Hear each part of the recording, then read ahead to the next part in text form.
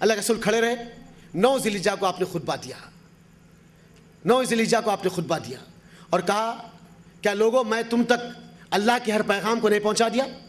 ایک جو ہو کے صحابہ نے یہ کہا, ایک جو ہو کے صحابہ نے یہ کہا بے شک آپ نے ہر بات ہم تک پہنچا دی اللہ کے رسول. آپ نے آسمان کی طرف انگلی اٹھائی اور لوگوں کو بتا کے کہا اللہ تو گواہ رہنا, تیرے اس پیغام کو میں نے ان تک پہنچا دیا, اللہ اکبر, تیرے اس پیغام کو میں نے ان تک پہنچا دیا. پھر اس کے بعد آپ نے کہا آج سے میں جہالت کی رسموں کو ختم کرتا ہوں, نہ آج گورے کو کالے پر فخر ہوگا, نہ کالے کو گورے پر فخر ہوگا, نہ عرب کو عجم پر ہوگا, نہ عجب کو عرب پر ہوگا. جہالت کی پورے رسمیں میں آج کچل دیتا ہوں اپنے پیروں تلے. میں اپنا خون معاف کرتا ہوں اپنے بھائی کا, اپنے رشتہ داروں کا. تم بھی آپس میں اپنا خون ایک دوسرے کو معاف کر دو. سود کو آج سے میں حرام قرار دیتا ہوں, اللہ اکبر. اس کے بعد اللہ کے رسول وہاں سے نکل کر آپ نے ظہر اور عصر ملا کر جمع صلاتن بین, آپ نے 2 نمازیں جو ہے ملا کر پڑھی. اس کے بعد آپ نکل کر مشعل الحرام پر پہنچے, وہاں آپ مغرب اور عشاء ملائی. وہاں صبح پھر آپ نکل کر آپ جو ہے جمرات پہنچے. اس کے بعد وہاں سے آپ نکل کر خانہ کعبہ پہنچے. خانہ کعبہ پہنچے 10 ذی الحجہ کو. طواف آپ نے ودا کیا, طواف آپ نے جو ہے زیارہ کیا. پھر وہاں پہ آپ نے لوگوں سے پوچھا لوگوں آج یہ مہینہ کون سا ہے؟ صحابہ کہنے لگے کہیں شاید اللہ اس دن کا, اس مہینے کا نام بدل دے رہا ہوگا. تو کہنے لگے اللہ اس کا رسول بہتر جانتا ہے. تو کہتے یہ ذی الحجہ کا مہینہ نہیں. کہتے لوگوں آج دن کون سا ہے؟ صحابہ کہنے لگے اللہ اس کا رسول بہتر جانتا ہے. تو کہا یہ آج 10 ذی الحجہ نہیں. پھر اللہ کے رسول کہتے ہیں لوگوں یہ مقام کون سا ہے؟ صحابہ کہتے ہیں اللہ اس کا رسول جاننے والا ہے. تو کہتے ہیں لوگوں کیا آج یہ مقام بلد الامین, شہر امن کا مقام نہیں مکہ؟ جیسا یہ دن معتبر ہے, جیسا یہ مہینہ معتبر ہے, جیسا یہ جو ہے شہر معتبر ہے, ویسے ہی آج ایک مسلمان دوسرے مسلمان پر, ایک دوسرے پر فقیرت پالو, اور ایک دوسرے خون میں نے ایک دوسرے پر حرام کر دیا. یاد رکھو اپنے بچوں کے حق ادا کرنا, اپنا بیوی کا حق ادا کرنا, خرابتداری کا حق ادا کرنا. آپ نے خطبہ دیا. اس کے بعد آئے مینا میں ٹھہرے. اس کے بعد آپ پھر جو ہے 12 کے بعد آپ نکل کر مدینہ چلے گئے. مدینے میں جانے لگے. اب آخری ایام ہے محمد رسول اللہ صلی اللہ علیہ وسلم کی. میں اپنی بات کو انشاءاللہ ختم کر رہا ہوں اس آخری ایام کے بعد. آخری ایام ہے محمد صلی اللہ علیہ وسلم کی. ایک یہودن آنے آپ کو خیبر کے جنگ کے وقت گوشت کے اندر زہر رکھ دی تھی. اللہ کے رسول وہ کھا لیے تھے لیکن اس کا اثر اب ہو رہا تھا. سر ہے کہ آپ کا پھٹا جا رہا تھا, سر ہے کہ پھٹا جاتا. ایک بار نکل کے آپ بقیع کے قبرستان کو پہنچتے, ایک بار نکل کے آپ احد کی وادی کو جاتے, احد کے شہیدوں کی قبرستانوں کو دیکھتے, ان سے بڑی دیر تک ان سے گفتگو کرتے ٹھہر جاتے. صحابہ کہتے ہیں اللہ کے رسول صلی اللہ علیہ وسلم بڑی دیر سے یہاں ایک گفتگو کرتے ٹھہرے ہوئے. پھر وہاں سے نکل کے آپ بقیع کے قبرستان میں رات میں جاتے, پھر بڑی دیر سے سب کو دیکھتے, پھر ان کی مغفرت کی دعا کرتے, واپس آ جاتے. گھر میں ہے 7 دن 8 دن کا بھی فاصلہ ہے محمد صلی اللہ علیہ وسلم کا. اب قریب ربیع الاول کا مہینہ ہے. 12 ربیع الاول اللہ کے رسول صلی اللہ علیہ وسلم کی جو ہے وفات کی آپ کے پردہ فرمانے قریب ہے. اللہ کے رسول صلی اللہ علیہ وسلم اپنے اصحاب کے ساتھ ہے. اللہ کے رسول کہتے ہیں لوگوں سب دروازے بند کر دو مسجد نبوی کے. اللہ کے رسول کے دروازے اور آپ کی بیویوں کے گھر بھی آزو بازو تھے, اور مسجد نبوی کے دروازے صحابہ کے دروازوں کی طرف کھلتے تھے. تو آپ نے کہا سب دروازے بند کر دو, ایک دروازہ کھلنا رکھنا صرف ابوبکر صدیق کی طرف کا. اللہ اکبر. یعنی جو ابوبکر صدیق کا گھر جس طرف ہے مسجد نبوی کا دروازہ اسی سے کھلا رکھنا, بس وہ ایک دروازہ کھلا رکھنا. وہ تختی آج بھی موجود ہے ابوبکر صدیق کے گھر کے اوپر. عزیز اور دوست ساتھیوں, اس کے بعد اللہ کے رسول صلی اللہ علیہ وسلم پر غشی چھا جاتی. آپ اپنی پوری بیویوں کو بلاتے, کہتے آج کس کی باری ہے, پھر پوچھتے آج کس کی باری ہے, پھر آج پوچھتے کس کی باری. سب آپ کی بیویاں کہتی ہے اللہ کے رسول آپ جس کے گھر میں رہنا چاہ رہے ہیں ہم آپ کو اجازت دیتے کہ آپ اس گھر میں رہیے. اللہ اکبر, کیا انصاف کرنے والے ہیں. کہتے میں عائشہ کے گھر میں رہنا چاہتا ہوں. آپ حضرت عائشہ کے حجرے میں چلے گئے جہاں آج اللہ کے رسول صلی اللہ علیہ وسلم جس میں اتھر رکھا ہوا ہے. آپ ان کے گھر میں چلے گئے. اس کے بعد سر میں شدید درد ہوتا, غش کھاتے, اٹھتے, پھر پوچھتے کیا نماز کا وقت ہو گیا.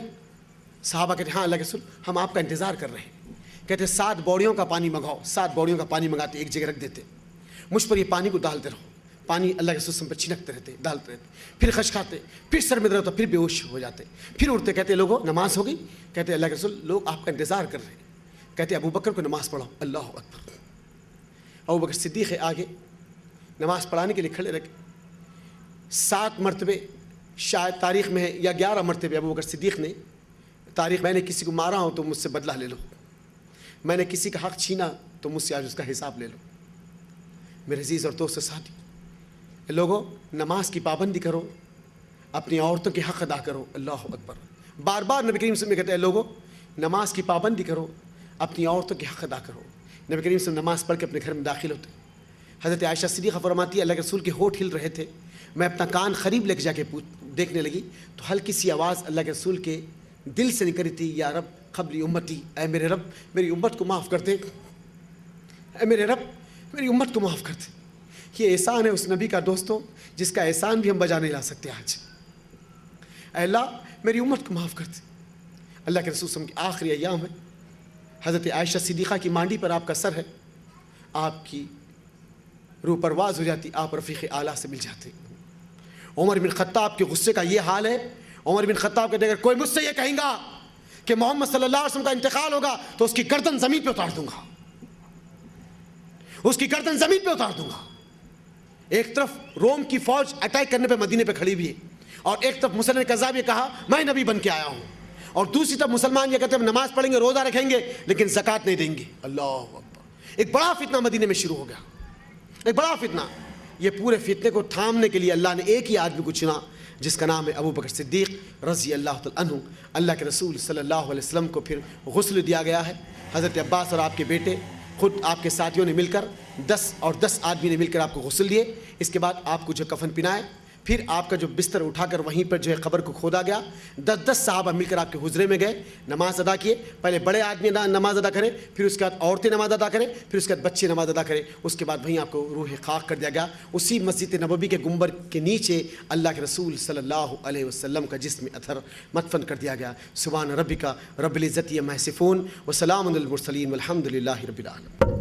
جزاک اللہ خیر. یہ تھے جناب ابو بکر بن حقانی صاحب جو آپ کے سامنے جناب رحمت للعالمین کے عنوان پر آپ کے سامنے بیان پیش کرے ہیں. جیسا کہ آپ لوگ جانتے ہیں کہ جناب محمد رسول اللہ صلی اللہ علیہ وسلم کی جو حیات طیبہ تھی وہ ساری کی ساری حیات طیبہ صرف 2 گھنٹے یا 3 گھنٹوں میں اس کو کور کرنا اور لوگوں کے سامنے بولنا بڑی مشکل کی بات ہے. لیکن شیخ نے پوری کوشش کی کہ وہ آپ کے سامنے محمد رسول اللہ صلی اللہ علیہ وسلم کی حیات میں جو بھی مرحلے گزرے آپ کے سامنے پیش کرے. اب میں اللہ کا شکر گزار ہوں کہ اللہ نے اس پروگرام کو کامیاب کیا, اور جو بھی حضرات ظاہری اور باطنی طور سے اس پروگرام کو کامیاب کرانے میں مدد کیے ہیں اور تعاون کیے ہیں, اللہ ان کو جزائے خیر عطا فرمائے. وآخر الدعوانا الحمد للہ رب العالمین. السلام علیکم ورحمۃ اللہ وبرکاتہ.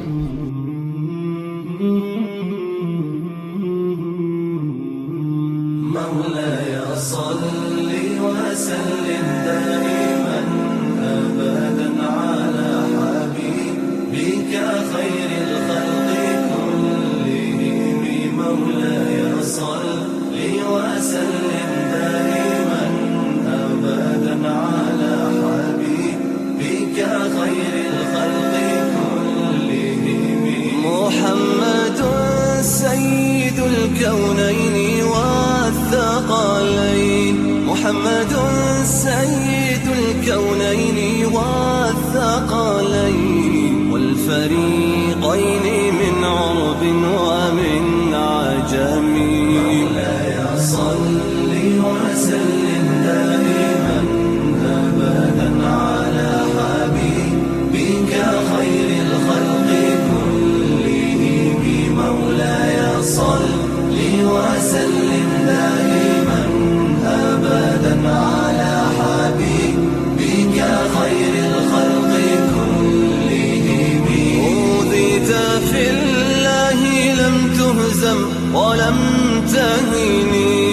أوذيت في الله لم تهزم ولم تهني حتى غادت أمة الإسلام في